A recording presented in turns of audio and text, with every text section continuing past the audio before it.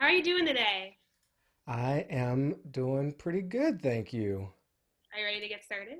Yes, I am. So, my first question for you is your show Citizen reimagines citizen as a verb and reclaims it by those who have weaponized it. Other than listening to this podcast, how do you feel like individuals can do that? Well, folks need to do four things in terms of what it means to be a citizen. It's about showing up. That's the first thing. We often get taught this lesson that like you vote and you stay informed and you're good. And you kind of do that every 4 years maybe and check out. It's more than that. Uh, it's about being in relationship with each other and not just the folks in your immediate family or friend circle, but your neighbors, your colleagues, the folks in your broader community. It is about understanding what your power is. We get sold a very simplified bill of goods that say our power comes down to, again, our vote. And there's so much more power available to us in a democracy. The power to gather physically, to spend our money, to spread ideas, and understanding all the levers we have to pull is literally empowering. And the last thing is to do all this for the benefit of the many and not just the few. And I think we also have a very individualistic society where, we're for ourselves, we're you do you, we're brand me, we're army of one. These are all pretty absurd in the context of having to live in the world with other people, which is kind of the point. Yeah. And people should listen to the podcast. And with having to live in the world with other people, a big issue is that a lot of communities are very homogenous. A lot of Americans are really interacting with people who are just like them in some capacity. So, how do you expect people, or how do you recommend people sort of expand their network of individuals in this country to see the different lifestyle, different races, different cultures, different socioeconomic situations for themselves?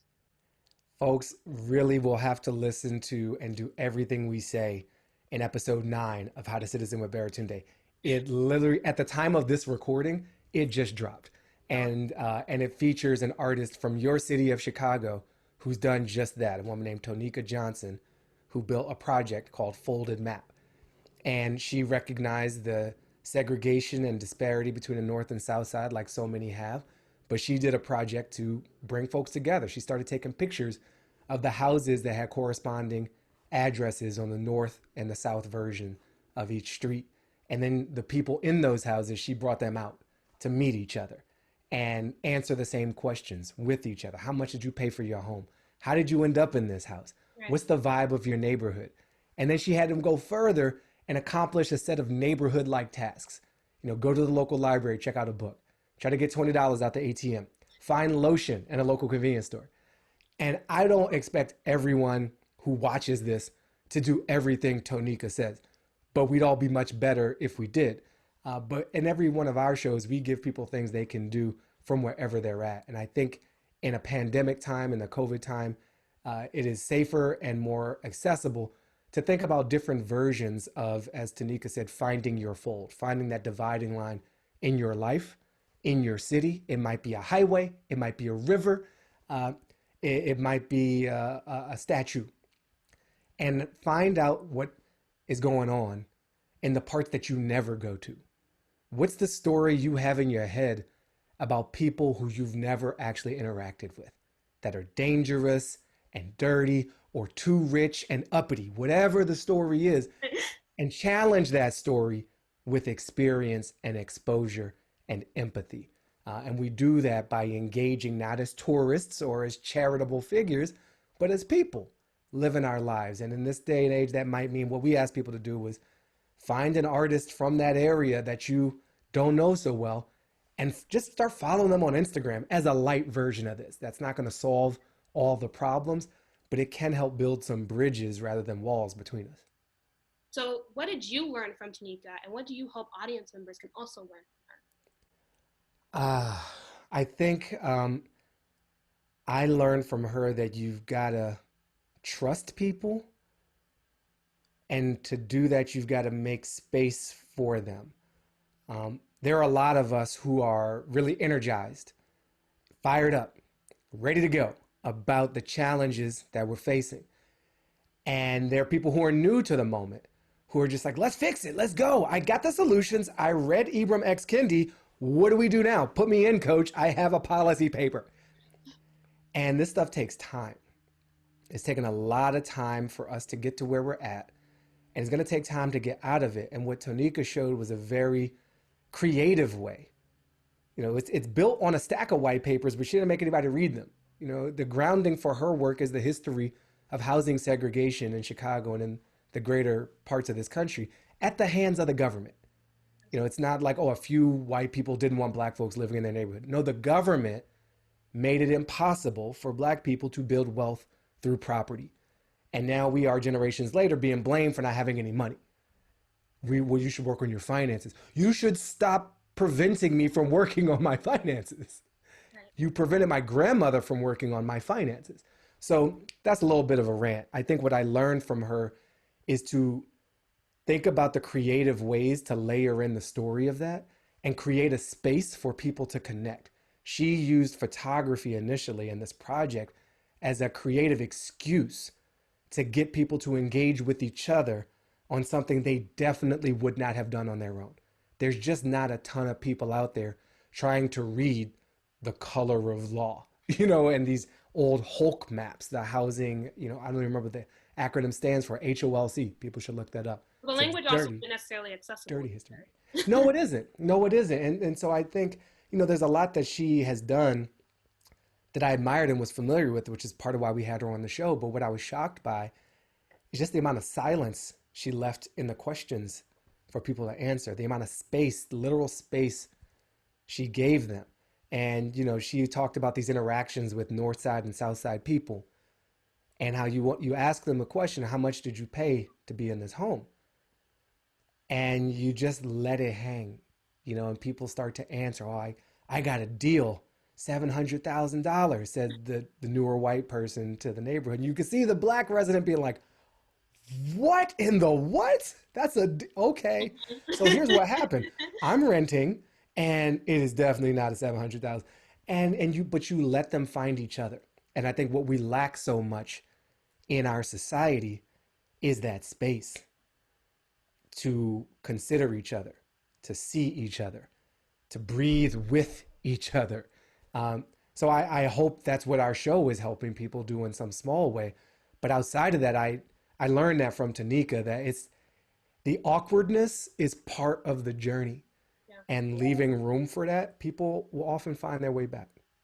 You co-founded the blog titled Jack and Jill Politics from the perspective of the Black bourgeoisie. Was this title at all inspired by the social organization, which is headquartered in your hometown of DC, Jack and Jill? Indirectly, yes. That blog, just for, you're digging up old history stuff. Right. Now, I didn't know we were digging into the archives. They didn't prep me for this one. So what happened was we started this blog. Cheryl Conti and I were blogging at this site together from, I think, about 2006 to 2010, give or take a yearish. And the archives are still up. In fact, they're in the Library of Congress, our coverage of the 2008 Obama campaign. That's pretty cool. But yeah, we started anonymously because we had jobs to protect and bills to pay. And it was to have a black perspective on U.S. politics and a black perspective of folks like us who had a little bit of access, had a little bit of passing into the mainstream, quote unquote, world, but was still very black and still not seeing ourselves reflected in the media. This is early days when, the media would go to like the one black voice to speak for them all, who's like a reverend, right? It was one of the reverends. They go to one of the reverends and they say, what do black people think? And the reverend say, hey, think this. Thank you, Reverend. We'll check back in at the next riot. It was like a whole protocol. And that was not reflective of the diversity of our community. So yeah, it was the Jack and Jill part of it is that we both went to private schools. In fact, the same one. We both went to the Sidwell Friends School, though time enough apart. In Washington, D.C., where the Obama girls went, where Chelsea Clinton went during my time. And neither of us was ever members of Jack and Jill, actually. And in some ways, we were both definitely not members of Jack and Jill. Like there were certain people who got tapped to be members, and then there was us. And so we took the name as a sort of a tongue-in-cheek and a loving jab at this organization, which, during our youth had a really interesting reputation. Lately, I think it's much better, and I understand even with the mixed history, like the value of having a community of Black folks where there aren't that many Black folks. And you send your kid off to this private school environment, and there's not the cultural reference or the comfort or the love that your own community can provide. So it was a tongue in cheek and a loving and a little bit of a roast, all wrapped up in one. We made a watermelon with a big bite out of it be our logo. We were playing with a lot of fire. And for those who might not be familiar with Jack and Jill and might not get the reference in the same way that I did, or maybe they don't have an awareness of sort of this Black bourgeoisie and this Black elite group around the country, what role do you think Black elitism has in the dialogue of politics today? I mean, a lot. Kamala Harris, likely VP, pretty Black elite. Look at you rocking that shirt. Yeah, it's a mixed one. That's a whole episode. It's Captain, a good episode. It is because I think the Black elite represents a story in some ways that we don't get to enjoy and celebrate. That there are people among us doing great, building wealth, creating businesses, pioneering, inventing things, and that's glorious. There's also a tragedy to the story of the Black elite in that some members are propped up as consolation prizes in place of justice. Mm-hmm. And it's like, oh, but you got an Oprah, so what are you complaining about? You got an Obama, so what are you complaining about? And that is not a substitute for actual liberty and justice for all people. And it's a form of tokenism that is abused, by those with power to prevent others from accessing it. So I'm troubled by that. I think there's a quiet story of the Black elite who've been funding things without seeking acclaim for it, writing checks to historically Black colleges and universities, underwriting justice movements to reform policing and beyond. And there's like an angel network of Black elites. And there's the last category I'm thinking about actually comes back to people like Cheryl. Cheryl Conti was my partner in Jack and Jill politics for a long time. And she's quietly out here just murdering the game. Like, she is one of the few Black women to have been executive of a technology company to successfully exit. Not just now, but like years ago. She has run and sold several companies. She's like a part of the Black elite. Maybe I am. Look at my lighting. This is pretty elite lighting. I might be a part of the Black elite myself.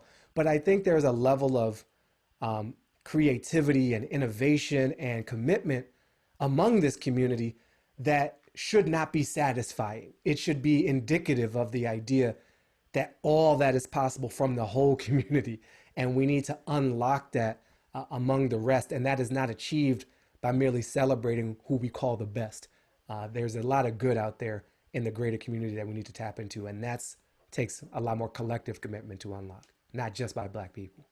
I would just speak for my generation. I'm Gen Z. A lot of times I'm the token Black child.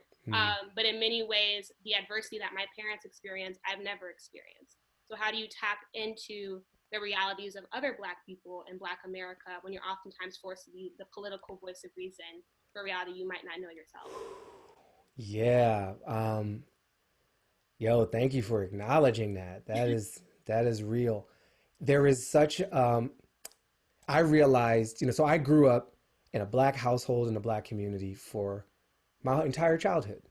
And that grounded me in a certain type of experience. And then I got access to all this other experience, the Sidwell Friends, the Harvard, the company life. And I have lived in a very white world as a very Black person. And both of those, first of all, I guess I want to acknowledge that you're still Black. There's not a checklist. And I like to say, actually, I don't like to say it, but I need to say it because some people get it a little twisted. Clarence Thomas is still very Black. Like, I disagree with this brother on a lot, right? I think he's caused a lot of harm, and I will continue to use my Blackness and speak against his Blackness, but I will not undermine his Blackness in the project. So one can be Black and still exist in a world that isn't exclusively Black and doesn't live up to the media stereotypes of, oh, you must live in a major urban city and you must keep your hands warm by rubbing them over a garbage can with flames coming out of them. Like, there's so many different Black experiences, and yours is valid too. I also think that there is a cost and a labor and a burden to that explanation work that you were talking about, to be in this deputized ambassador to your whole race. And I just want to be like, take a breath. You're doing amazing work. Thank you. Thank you for your service. You know, like, we need commemorative medals for people like you, because you are preventing race riots. You know what I mean? Like, you are humanizing us in spaces where it is often not done, and being asked to balance so much tension. And when it comes to the distance from another type of Black experience, where you can, talk to Black people. You know, be with us when and how you can.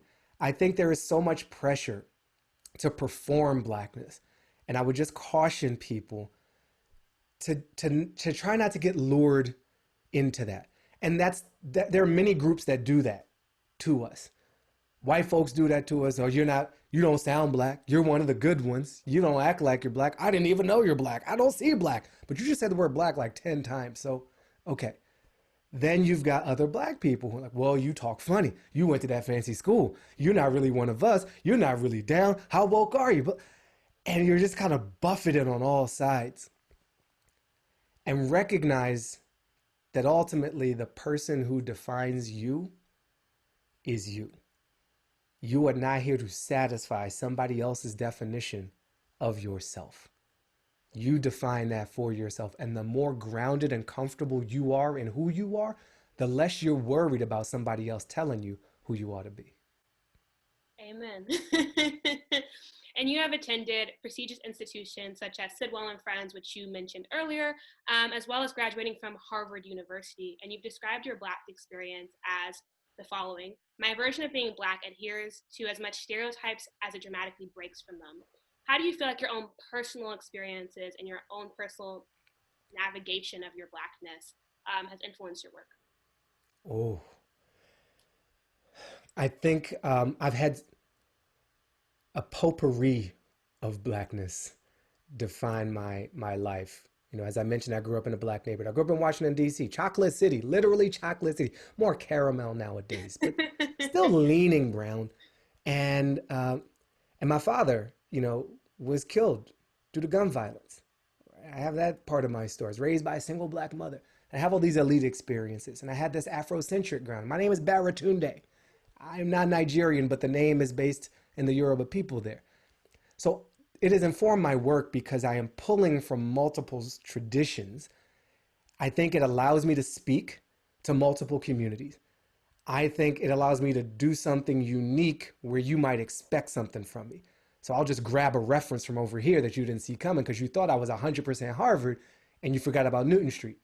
And, oh, you thought this was a little Black boy with a single Black mom, and you didn't know he's like a computer nerd too. It's the and Black that I've been able to benefit from and try to bring to my work.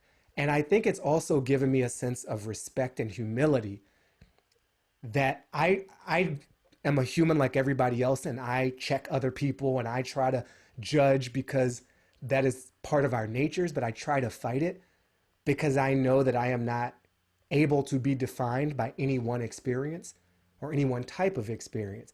And so it encourages me, it gives me a standard to say, hey, before you go judging that other person by the one thing you know about them, remember there's one thing people know about you and a whole nother story they don't have access to. So try to extend that same grace. So it has encouraged me to try to be humble. And I'm being very careful because I am not always humble, but I'm trying and trying not to be super judgy. And I just know how much people have gotten wrong about me because they didn't take the time to ask. And so can I, when I have the opportunity, ask and give people a chance to define themselves? And going into your video talking about the first presidential debate, you said, quote, "It's impossible to have a great debate performance because that was not a debate. That was an assault on all of us and the very idea of us." What is your definition or the idea of us when you say this? Ooh, yeah, wow. Um, there are many ideas and definitions of us floating around. My version of us, and it's capital U, capital S, it's the idea of we and not me. It is the idea that I cannot repeat enough from Valerie Kaur, Kaur, a wonderful spiritual leader for our times who wrote a great book called See No Stranger, which supposes and has its premise that a stranger is just a part of me I do not yet know. And my us is one that sees the dependence that we have on each other. My us is one that recognizes that you getting ahead does not mean I'm falling behind. My us means there is plenty to go around because we've designed a system where we are driven by more than just profits. And we measure our health by our actual health, not just our wealth. So my us is inclusive and regenerative and celebratory, and it prioritizes the preservation of the only home, hello Earth, that we are likely to ever know, and tries to be a steward for that so that we could hand it off to a continuation of us in the next generation. The highest ideals of us for me sees we at this time as a mere visitor, a privileged visitor in space-time to this realm of reality that we get to enjoy or suffer through. Both are a privilege. And it is a high bar, but it is one worth striving to reach. If we get a little closer to that, that'll make us better off than where we started. And with the word choice of assault, I heard this not only in your video, but also in your podcast. What drew you to choose this specific term and use it repetitively? I think that we have an election like few others. I won't say no other, but very few others. In that this is not a classic right-left choice. This is not like high taxes versus low taxes. Are we using natural gas or coal? Like, all that's out the window. This is a right-wrong choice. This is a choice at the presidential level and even at the party level, because this president is enabled by an entire political party which is co-signed on a bunch of nonsense, on a bunch of trifling behavior that none of us would tolerate from any member of our family. We would file for divorce from our cousin if they started acting a fool like this. And yet this is held up as not only acceptable, but laudable. And we all know how wrong that is. So when we are subjected to someone who has no respect for us, for the collective, for the institutions that we all must be stewards of, whether we're Republicans or independents or Democrats, like the Postal Service. Who attacks the Postal Service? 91% approval rating, jobs, union, delivering prescriptions, and, iPhones. Like, it is a magic service that has literally held this nation together through every turmoil, including the Civil War.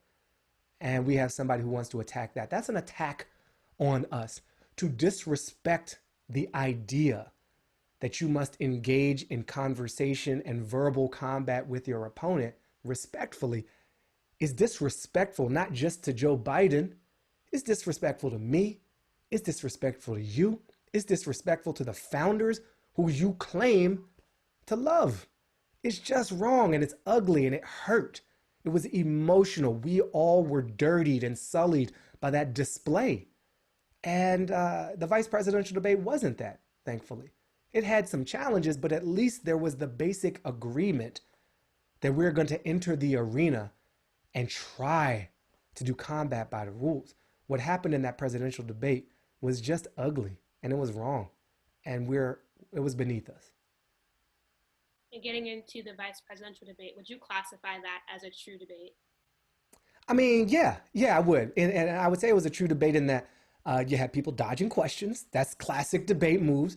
You had some talking over time, but not the childish, what the president did to Joe Biden there is he triggered a lot of people with the bullying experiences. I had bullying experiences as a kid. And it was painful. It hurt. And that's also why I use that word assault. It caused pain. And it was very disrespectful. What happened in the vice presidential debate was much more classic. I think that Vice President Pence is clearly trying to keep his job, which is like just to do whatever Donald Trump needs him to do. And he doesn't want to be in that meme, you about to lose your job. So he just had to do what he had to do. And he was unflappable. And the winner was obviously the fly. I really appreciated that fly that just showed up there, just chilling, just revealing like the level of non-life going on in Vice President Pence, who did not look too well. And Senator Harris, I think she did a great job. I think she certainly didn't hurt her chances or the Vice President Biden's chances at becoming president. But I think she withstood. She was grounded herself. She knew where she was coming from. She dodged some questions too. I'm not exactly happy about all that. I understand why she did, but I think they both did a little bit of that. So it was tolerable at least. It was pretty good at best. And I am proud of an event that I shouldn't have to be because of what happened in the first one. Right. And with Kamala Harris being the first Black woman to be on a presidential ballot for a major party, what role do you believe misogynoir plays, not just in how she approached the debate, but also the critiquing of Kamala? I mean, so I had to catch myself with Senator Harris. In that I was a Bernie Sanders person for the 2020 election. So these are my cards. Check them out. And Joe Biden was like not really on my list. Kamala Harris started high on my list and then kept sliding down the list as her performance seemed to wax and wane over time. And then I looked. She was a former prosecutor. Kamala's a cop. Kamala's a cop. And I say this: Kamala Harris is one of the strongest Americans we got. First of all, there's only 100 senators. What does it take to get into that ring? There's 51 attorneys general, if you count Bill Barr, that's questionable.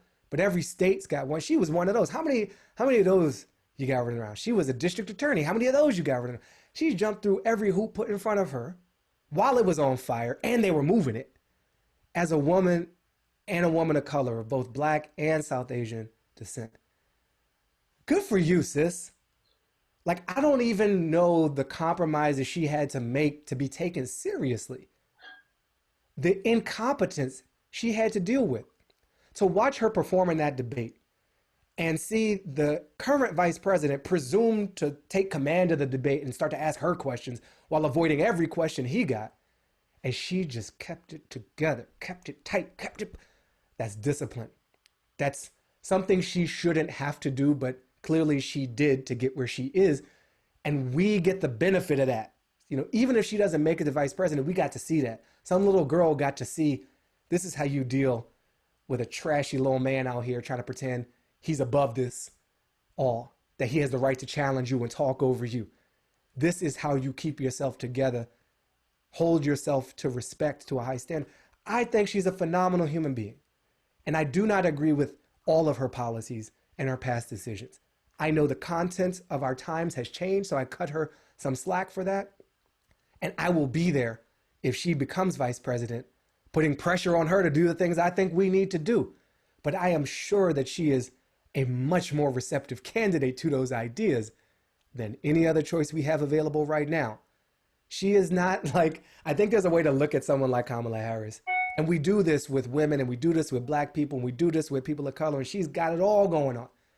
And we say, well, it's the lesser of two evils. She's not evil. And when you look at, she dropped lessons in the debate. I didn't know that thing about Abraham Lincoln and the Supreme Court. I'm out here taking notes during the VP debate. She elevated the game. She brought facts. And to remind us of all these jokers who've been confirmed to lifetime appointments who were not qualified. We do not have a right to engage in a discussion about qualifications for who can lead this nation when the current occupant has run multiple businesses into the ground, has credible claims of sexual assault and other abuses on his record, has outsourced his whole shopping operation to China, the nation he claims to be standing up against, who was owing hundreds of millions of dollars to fools. Are you serious? There is no qualification discussion after this president. Kamala Harris is like 10 times as qualified as the best version of the current president. I'm done with that. And when it comes to the misogynoir, like, I think you get it. We don't talk like that. We act like, oh, well, I wonder if the senator from the great state of California, what was Mike Pence before this president rescued him? A failure. His own state can't stand him. He was about to be relegated to the dustbin of history, and he will be, with a lot more demerits on his credit after this is done. Oh, you got me all fired up now. My final question for you would be, for those questioning whether or not to vote in this election, what would you have to say to them about the significance of voting, especially in 2020? If you are able to, I strongly encourage you to vote. I understand frustration with this system. Why do we only get two parties? They all seem to align themselves with the rich. I can't tell the difference, this and that. And I would say this, we have a choice before us that is not just about who signs bills into law. We have a choice before us at the presidential level about who we want our children to look up to. We have a chance to make some history at the vice presidential level in a really beautiful way.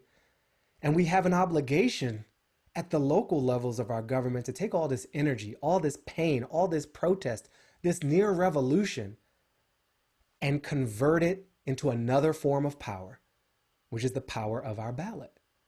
We have policies that we've wanted. You have policies you've probably wanted that might be on the ballot in your state in the form of what we're going to do about marijuana, in the form of how we're going to fund our schools, in the form of how much relief are we going to provide to essential workers. Those come down to our ability to vote and use our power. And there's a lot of people out there who have an interest in convincing you that you don't have any power and it's not worth using it. And the benefit of that argument for them is that the power you don't use, they get. Everything you don't vote on, somebody does. And so their votes count for more. And voting is not the end all be all. I'm not going to sit here and pretend to tell you, well, if you just vote for Joe Biden and Kamala Harris, everything's going to be all right. That is a lie. Anyone telling you that is not being truthful with you. But we have an opportunity to exercise a form of power that is rare at a time when it is very needed. And if you want someone that you don't have to hide your children's ears from, cover them up, vote. If you want to take some of the pain of all this police violence and this overfunding and this drama and trauma, vote. And then show up the day after to make sure those votes are counted. And show up the day after that to hold these people accountable to the policies you want them to enact. Put them in your phone. Call them up. They work for you. Basically, you're getting a chance to hire people right now. Look at it that way and decide who you want to work for you and then put them to work. All right. Well, thank you so much. That's it for today. All right. Thank you for, I'm so riled up now. I need to do some stretching, do some breathing exercises. Really, this is a pleasure. Thanks for having me. Thank you. Thank you so much. All right.